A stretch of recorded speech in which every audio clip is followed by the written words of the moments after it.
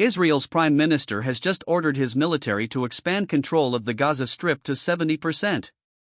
That directive was confirmed publicly by Netanyahu himself in defiance of the terms of a fragile ceasefire that took effect last October. At the same time, Israel has severed all contact with United Nations Secretary-General Antonio Guterres, after Israel was accused of using sexual violence as a weapon of war. And in Lebanon, according to Israeli military statements, 700 Hezbollah terrorists have been eliminated during the ceasefire period alone, more than in the entire Second Lebanon War. Tonight, we walk through what is happening on every front of Israel's simultaneous multi-front war, and why the international diplomatic architecture around this conflict is fracturing in real time.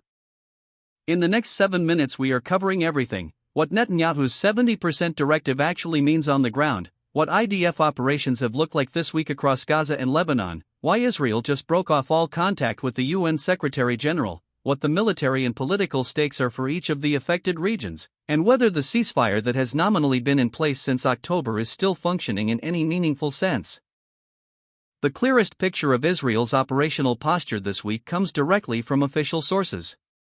On May 26, according to posts from Netanyahu, Israeli forces struck Mohammed Deif, described as the leader of Hamas's military wing and one of the architects of the October 7 massacre.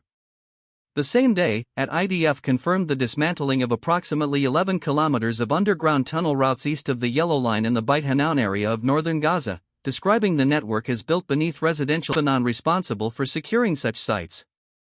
The same morning, Netanyahu posted a memorial statement for Sergeant Rotem Yanai, killed near the northern border, a reminder that Israeli soldiers continue to die during the period nominally designated as a ceasefire.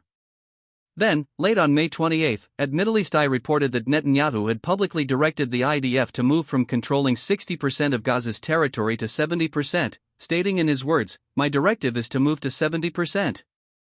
This was confirmed by BBC World, Al Monitor, and multiple other outlets.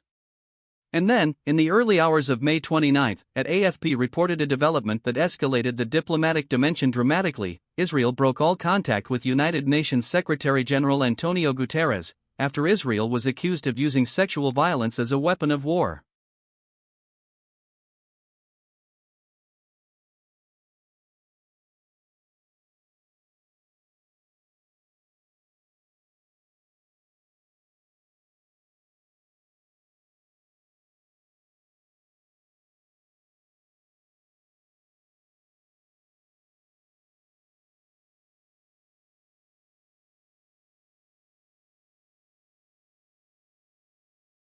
The first question many viewers are asking is what Netanyahu's 70% directive actually means in practical terms.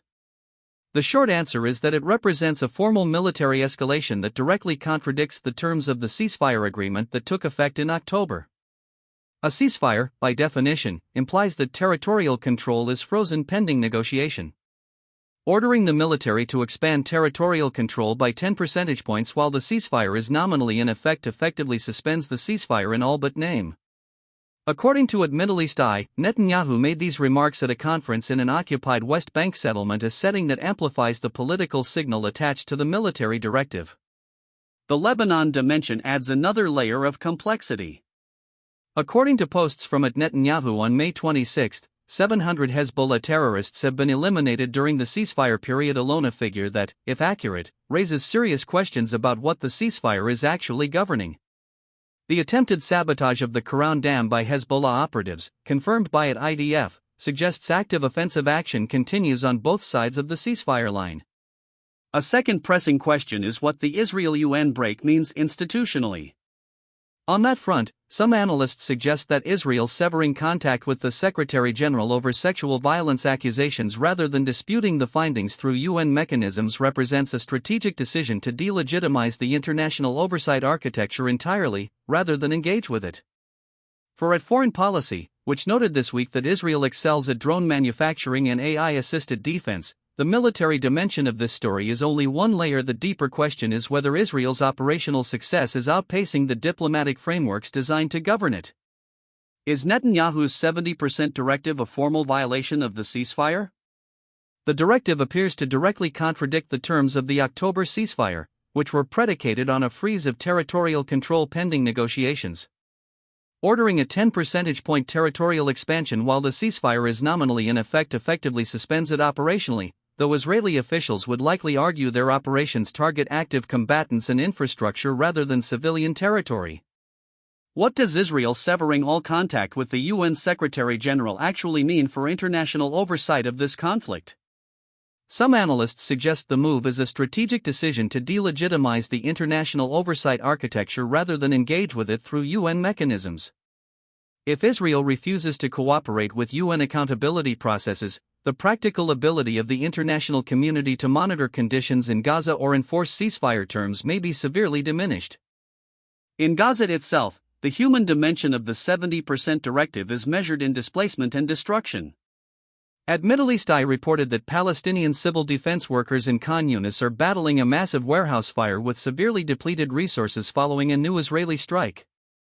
The same outlet noted that Israel has granted exploration licenses for natural gas in areas considered part of Palestine's maritime boundary off Gaza's shores since 2024, a detail that adds an economic dimension to the territorial story that receives very little attention.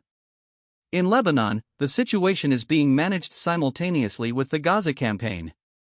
According to Netanyahu's public statements, IDF forces are operating deep in Lebanese territory, seizing controlling areas and fortifying what the military describes as its security zone. The Hezbollah attempt to sabotage the Quran Dam, Lebanon's largest reservoir, would have caused catastrophic harm to Lebanese civilians, a fact the IDF is using to publicly hold the Lebanese government accountable. In the broader Arab world, this week's events are being absorbed against the backdrop of the ongoing Saudi-Israel normalization process.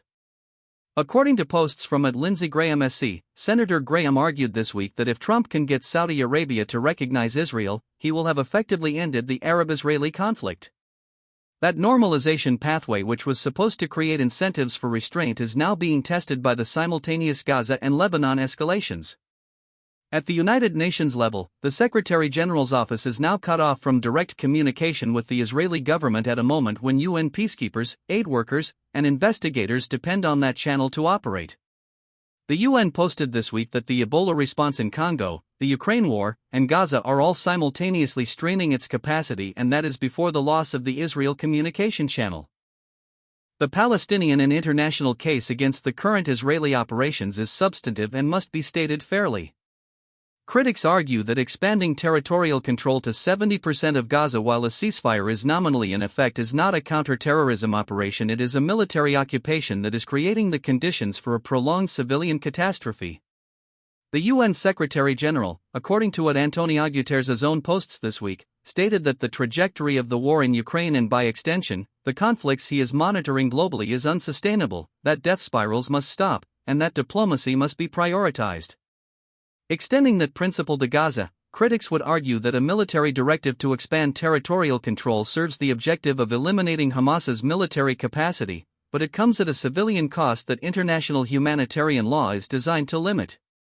The accusation that triggered Israel's severing of contact with the UN that sexual violence has been used as a weapon of war represents one of the gravest possible allegations under international law, and the international legal community's position is that such allegations require engagement, not a communication blackout.